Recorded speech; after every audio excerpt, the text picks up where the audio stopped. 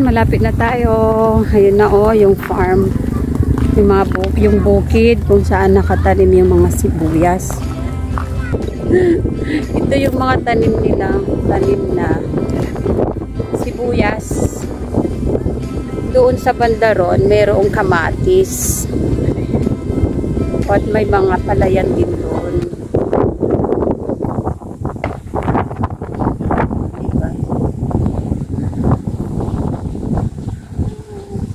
Malawak yung bukid dito na taniman ng mga ng mga sibuyas.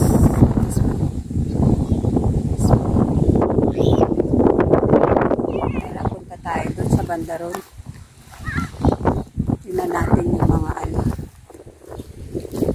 mga tanim na iba doon. Ito, tingnan natin. Ito yung mga sibuyas na katatanim lang. After ilang buwan, mga kailan ito ha-harvestin? Mga kailan maha-harvest itong mga ganito? Tatlong buwan po.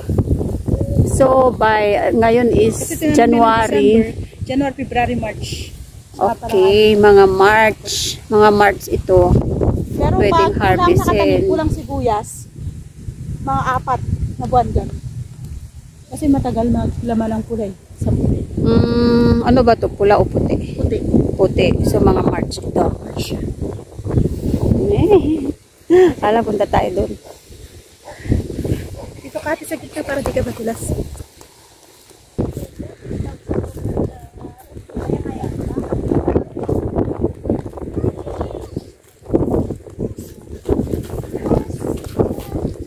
Ang ganda naman to. Sapa.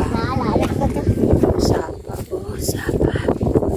Tingnan natin yung sapa. Dito kumukuha ng patubig yung mga magsasaka dito.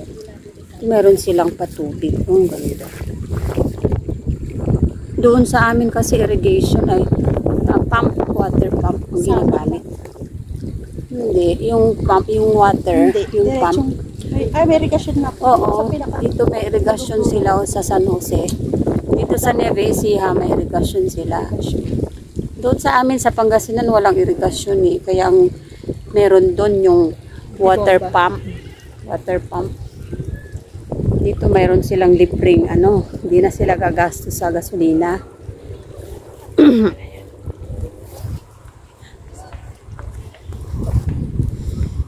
Ito, water pump. Ay, water pump.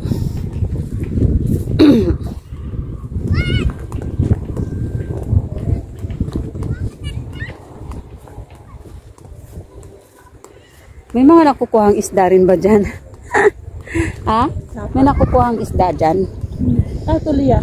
Tulya? Oo, may mga tulya nga. Mayroong mga tulya dyan. Yan may mga tulyang nakukuha pala dyan.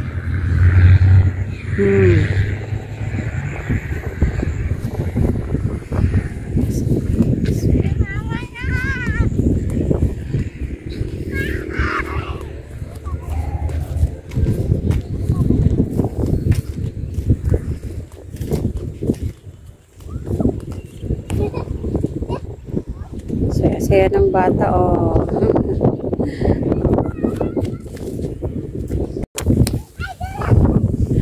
Masaya ka?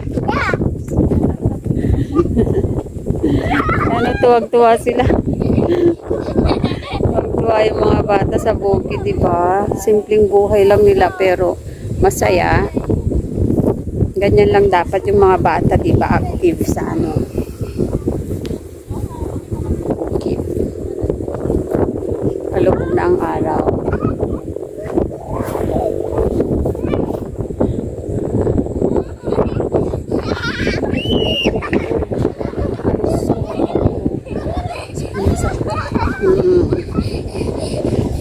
Sa gawin doon sibuyasan. Diyan natin ito. Pagsampa kasi ng ganito. Pakuha na ito.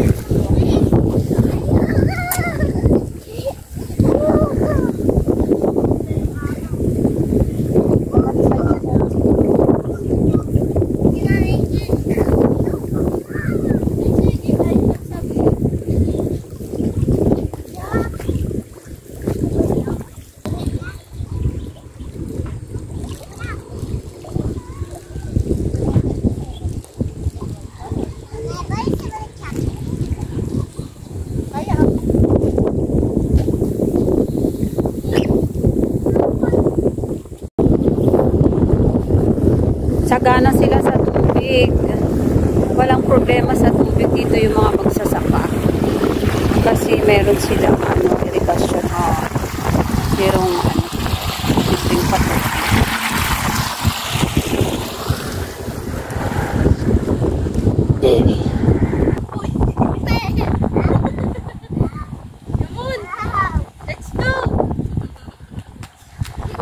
Yay!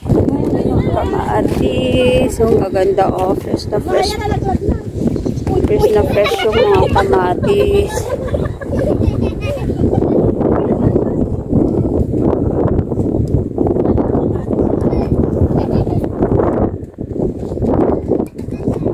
Sarap mamasyal dito.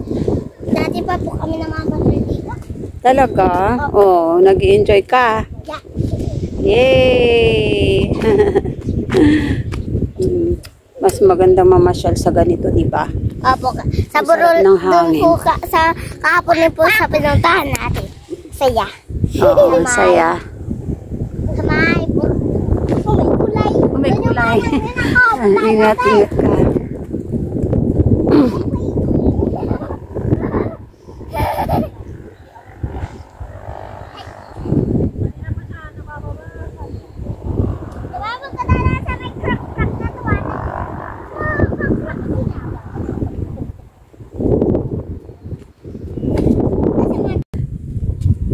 Ano yung sabi mo? Nasaya po sa bukid. Yay! Ang saya sa bukid. Simpleng buhay. Sa probinsya. Buhay sa bukid. Masaya.